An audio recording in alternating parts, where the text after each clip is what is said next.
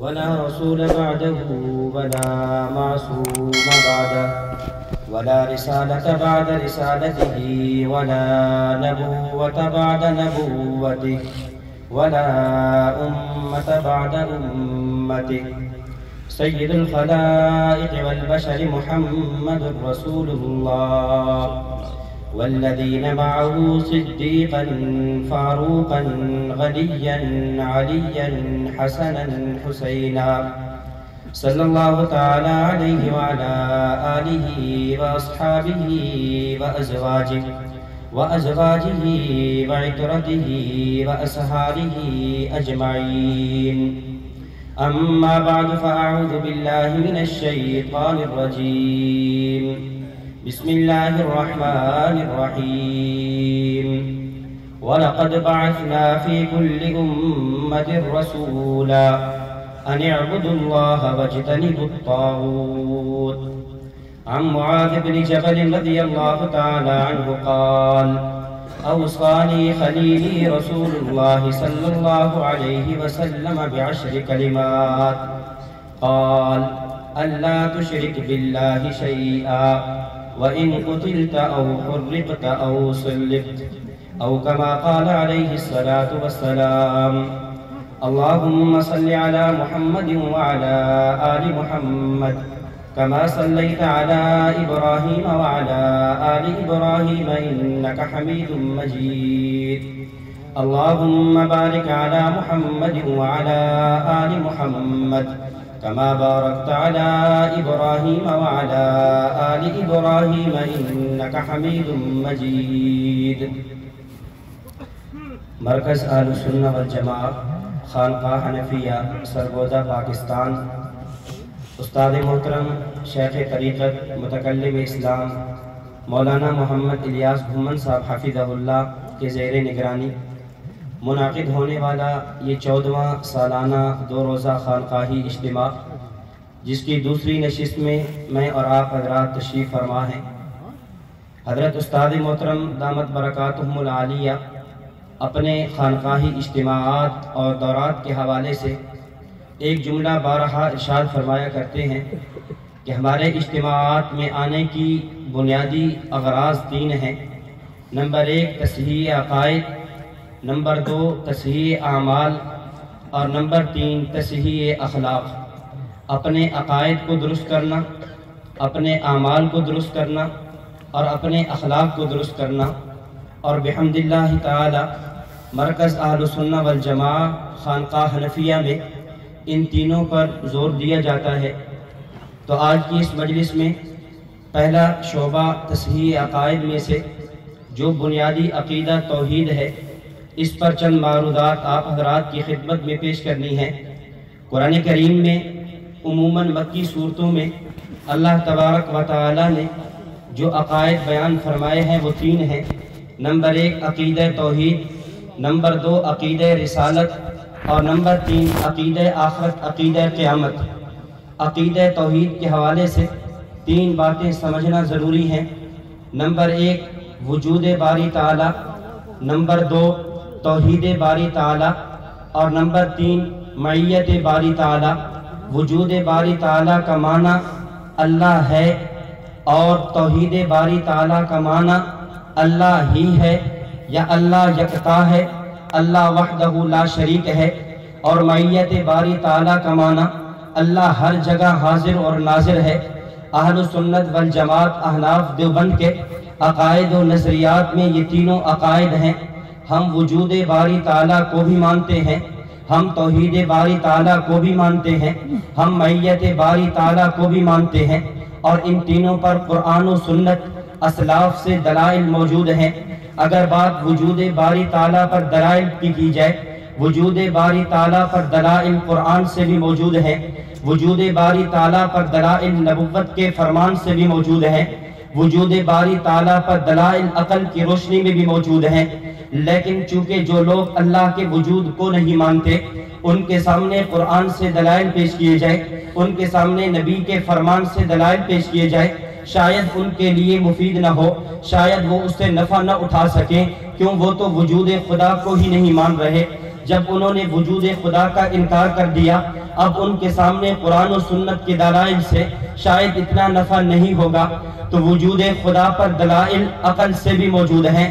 عقلی دلائل میں سے ایک دلیل جسے امام فخر الدین رازی رحمت اللہ علیہ، جن کی وفات 606 ہجری میں ہے، اپنی تفسیر کبیر کی پہلی جلد سورۃ البقرہ یا ایھا الناس اعبدوا ربکم الذی خلقکم اس آیت کے تحت نقل فرماتے ہیں۔ اسی طرح یہی واقعہ اور یہی دلیل امام ابن کثیر دمشقی شافعی رحمت اللہ علیہ، جن کی وفات سن 774 ہجری میں ہے، وہ اپنی تفسیر القرآن العظیم جو معروف ہے تفسیر ابن کثیر کے نام سے، اس میں نقل فرماتے ہیں۔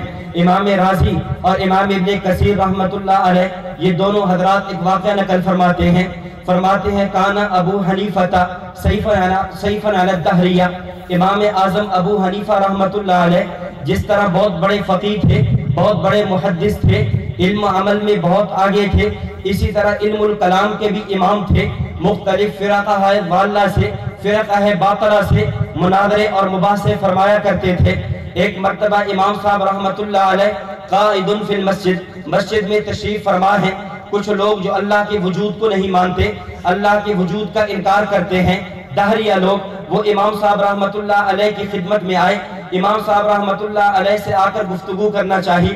امام اعظم ابو حنیفہ رحم اللہ فرمانے لگے، ٹھہر جائیے، مجھے مہلت دیجئے، میں اس وقت کسی خاص کام میں مصروف ہوں، خاص غور و فکر میں مصروف ہوں۔ وہ لوگ کہنے لگے، ابو حنیفہ بتائیے تو صحیح، آپ اس وقت کیا سوچ رہے ہیں، پھر اس کے بعد ہم آپ سے سوال کریں گے۔ امام صاحب رحم اللہ فرمانے لگے، میں ایک بات کو یہ سوچ رہا ہوں کہ ایک عجیب سا واقعہ پیش آیا۔ ایک آدمی یہاں سے چلا، اس نے دریا کے ساحل، سمندر دریا کے کنارے پر ساحل پر پہنچا اور وہاں اس نے دریا کو عبور کرنا ہے، لیکن دیکھتا یہ ہے وہاں کشتی بھی موجود نہیں ہے، کشتی چلانے والا ملاح بھی موجود نہیں، یہ دریا اور سمندر کو کیسے پار کرے؟ چنانچہ وہ وہاں پہنچا اور دیکھتا کیا ہے، اچانک خود بخود درخت کٹنے شروع ہو جاتے ہیں، خود بخود کشتی بن جاتی ہے، پھر یہ کشتی بغیر ملاح کے چلنا شروع ہو جاتی ہے۔ امام اعظم ابو حنیفہ رحم اللہ نے جب یہ بات بیان کی تو وہ لوگ کہنے لگے، ابو حنیفہ آپ کتنے عجیب آدمی ہیں، مسلمان آپ کی پیروی کرتے ہیں، آپ کی تقلید کرتے ہیں، آپ کو اپنا امام اور مقتدا اور پیشوا سمجھتے ہیں، اتنی سی بات آپ کو سمجھ نہیں آ رہی کہ بھلا بغیر بنانے والے کے کشتی بن کیسے سکتی ہے، بغیر چلانے والے کے کشتی چل کیسے سکتی ہے؟ تو امام صاحب رحمت اللہ علیہ فرمانے لگے، اگر بغیر بنانے والے کے کشتی بن نہیں سکتی، بغیر چلانے والے کے کشتی چل نہیں سکتی، تو سوال یہ ہے یہ ساری کائنات بغیر بنانے والے کے بنی کیسی ہے، ساری کائنات بغیر چلانے والے کے چلی کیسے ہے؟ جب امام اعظم ابو حنیفہ رحمہ اللہ نے یہ دلیل بیان کی، علامہ ابن کثیر رحمت اللہ علیہ فرماتے ہیں فَأَسْلَمُوا عَلَى يَدَيْهِ، وہ آنے والے لوگ انہوں نے امام صاحب رحمت اللہ علیہ کے ہاتھوں پر اسلام قبول کر لیا۔ وجود خدا پر دلیل، وجود خدا پر دلیل، امام شافعی رحمت اللہ علیہ سے پوچھا گیا مد دلیل علی وجود ثانی، اے امام شافعی آپ خدا کو مانتے ہو، آپ وجود ثانی کو مانتے ہو، تو وجود خدا پر وجود ثانی پہ دلیل کیا ہے؟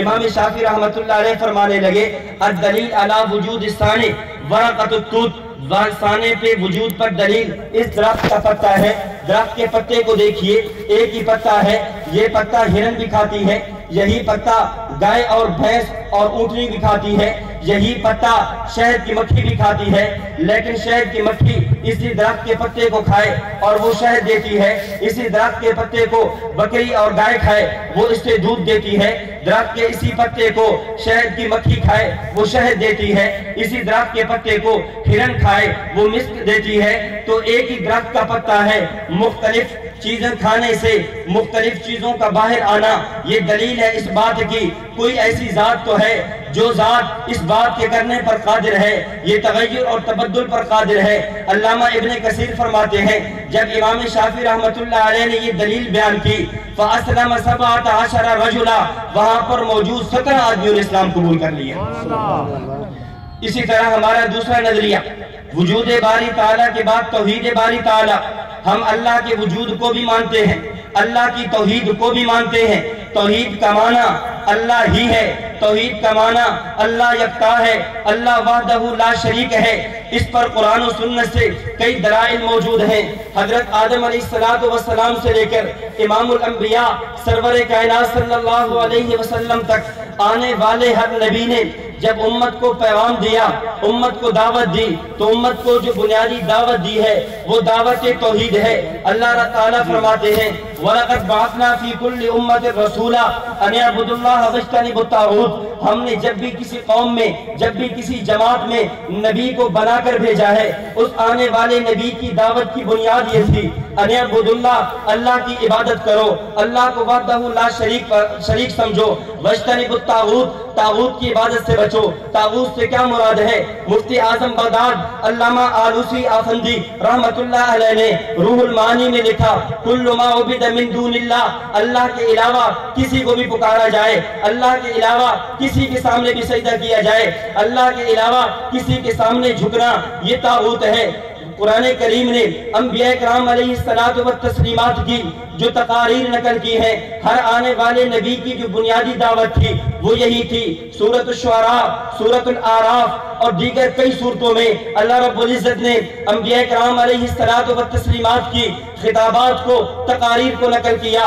ہر آنے والا نبی اپنی قوم کو یہ کہتا ہے یا قوم اعبدوا اللہ ما لکم من الہ غیرہ، اے قوم اس اللہ کی پوجا کرو، اس اللہ کی عبادت کرو جس کے علاوہ کوئی معبود نہیں، جس کے علاوہ کوئی مشکل کشا نہیں، جس کے علاوہ کوئی حاجت روا نہیں۔ چنانچہ حضرت آدم سے لے کر امام الانبیاء صلی اللہ علیہ وسلم تک جتنے انبیاء کو کلمہ ملا، ہر نبی کو کلمے کے اندر دو جز ملے۔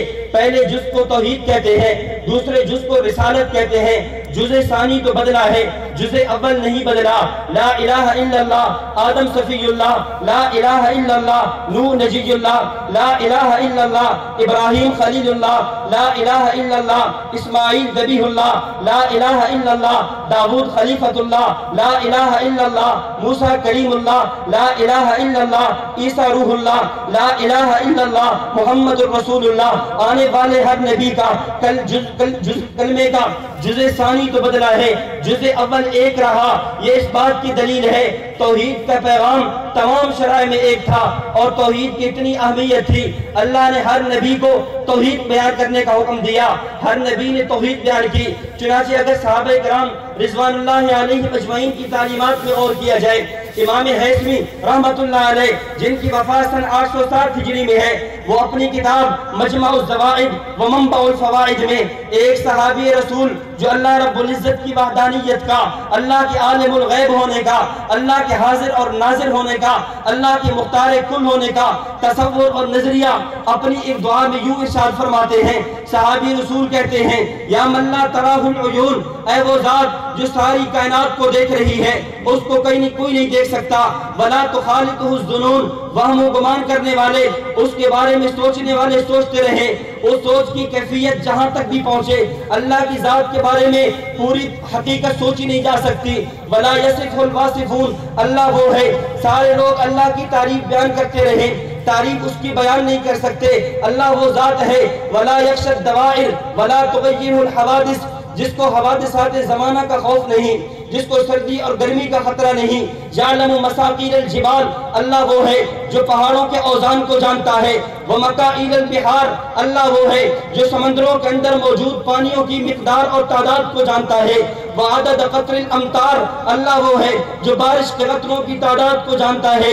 وعدد ورق الاشجار، اللہ وہ ہے جو درختوں کے پتوں کی تعداد کو جانتا ہے۔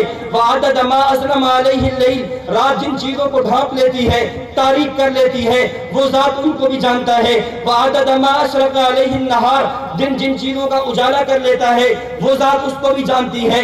ولا تباری منہ سماء سماء، ایک آسمان کی کثافت، آسمان کی تہی اور بلندی دوسری آسمان سے اس کی نگاہ کو نہیں چھپا سکتی۔ ولا تباری منہ ارض ارضا، ایک زمین دوسری زمین سے اللہ کے علم کو نہیں چھپا سکتی۔ اللہ رب العزت کی توحید کو مختلف حضرات نے اپنے اپنے انداز میں بیان فرمایا۔ اللہ کی وحدانیت کا تقاضا یہ ہے، اللہ کو ایک ماننے کا تقاضا یہ ہے، اللہ کے سامنے جھکا جائے، اللہ سے ہی مانگا جائے، اولاد اللہ سے مانگی جائے، اپنی مشکلات اللہ کے سامنے پیش کی جائیں۔ انبیاء کرام علیہ السلام کی تعلیمات جو قرآن بتاتا ہے وہ یہی ہے۔ انبیاء پر مشکل پڑی ہے، انہوں نے اللہ کو پکارا ہے۔ آدم علیہ السلام سے خطا اجتہادی ہوئی، زمین پہ آئے، پکارا، اللہ کو پکارا، ربنا ظلمنا انفسنا وان لم تغفر لنا وترحمنا لنکونن من الخاسرین۔ نوح علیہ السلام نے جب پکارا ہے، اللہ کو پکارا، فدعا ربہ انی مغلوب فانتصر۔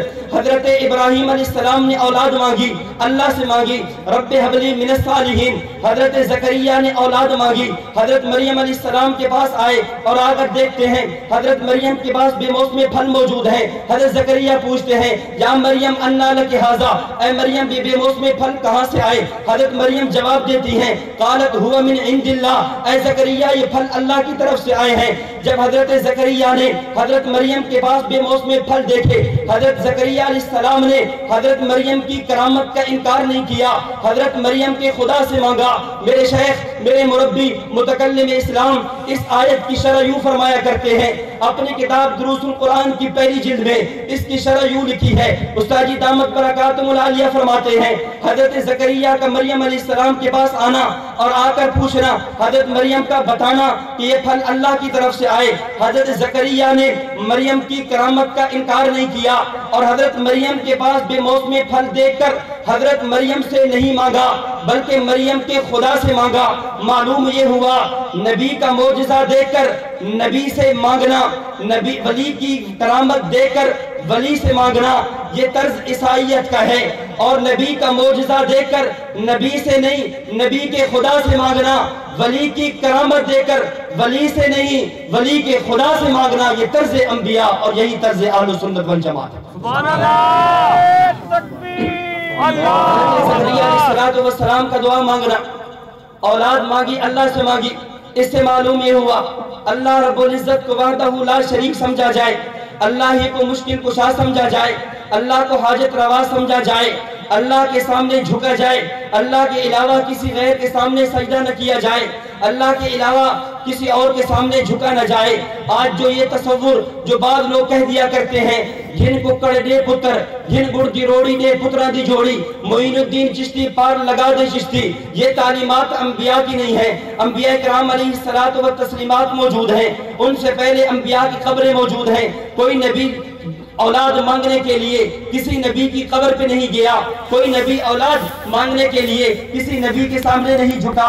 جب بھی انہوں نے مانگی ہے اللہ سے مانگی ہے تو توحید باری تعالیٰ کا تقاضا یہ ہے اللہ کو مسجود، اللہ ہی کو معبود سمجھا جائے، اللہ ہی سے اولاد مانگی جائے، اللہ ہی کو ہر جگہ حاضر اور ناظر، اللہ ہی کو مشکل کشا سمجھا جائے۔ اور یہ جو طرز چلا ہے، شاید مولانا الطاف حسین حالی مرحوم نے اسی بات کو شاعرانہ انداز میں بیان کیا تھا، کرے غیر گر بت کی پوجا تو کافر، کرے غیر گر بت کی پوجا تو کافر، ٹھہرائے جو بیٹا خدا کا تو کافر، تواتب میں مانے کرشمہ تو کافر، جھکے آگ پر بہر سجدہ تو کافر، مومنوں پر کشادہ ہے راہیں، پرستش کریں شوق سے جس کی چاہیں، نبیوں کا رتبہ اماموں تک جا پہنچائیں، نبیوں کا رتبہ خدا تک جا پہنچائیں، اماموں کو نبی جا بنائیں، مگر توحید نہ بگڑے کچھ اس سے، نہ اسلام جائے نہ ایمان میں خلل آئے۔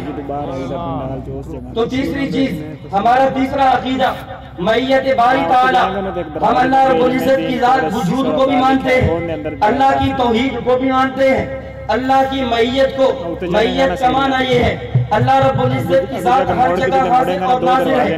اصل ہمارا عقیدہ اہل سنت والجماعت احناف دیوبند کا یہ ہے، اللہ بلا جسم، بلا جہت، بلا مکان ہے، لیکن عوام کو سمجھانے کے لیے اس کو اس انداز میں پیش کر دیا جاتا ہے۔ اللہ کی ذات ہر جگہ حاضر اور ناظر ہے، اللہ کی ذات ہر جگہ موجود ہے۔ اس پہ دلیل قرآن بھی ہے، اس پہ دلیل نبی کا فرمان بھی ہے، اس پہ دلیل اسلاف کی تصریحات بھی ہیں۔ قرآن کریم سورۃ البقرہ اللہ تعالیٰ فرماتے ہیں وَلِلَّهِ الْمَشْرِقُ وَالْمَغْرِبُ فَأَيْنَمَا تُوَلُّوا فَثَمَّ وَجْهُ اللَّهِ، مشرق اللہ کا، مغرب اللہ کا، جہاں بھی منہ کرو وہاں اللہ ہے۔ یہ دلیل ہے اس بات کی اللہ ہر جگہ موجود۔ سورۃ البقرہ وَإِذَا سَأَلَكَ عِبَادِي عَنِّي فإنی قریب اجیب دعوت الداعی اذا دعان، میرے بندے مجھے پکارے میں قریب ہوں، میں ان کی پکار کو سنتا ہوں. یہ دلیل اللہ ہر جگہ موجود. اسی طرح وَنَحْنُ أَقْرَبُ إِلَيْهِ مِنْ حَبْلِ الْوَرِيدِ، سورۃ قاف 26واں پارہ، میں شہرگ سے بھی زیادہ قریب ہوں. یہ دلیل اللہ ہر جگہ حاضر ناظر، اللہ ہر جگہ موجود. ما يكون من نجوى ثلاثة إلا هو رابعهم، سورۃ المجادلہ 28واں پارہ. دلیل تم تین ہوتے ہو، چوتھا اللہ ہے، تم پانچ ہوتے ہو، چھٹا اللہ ہے.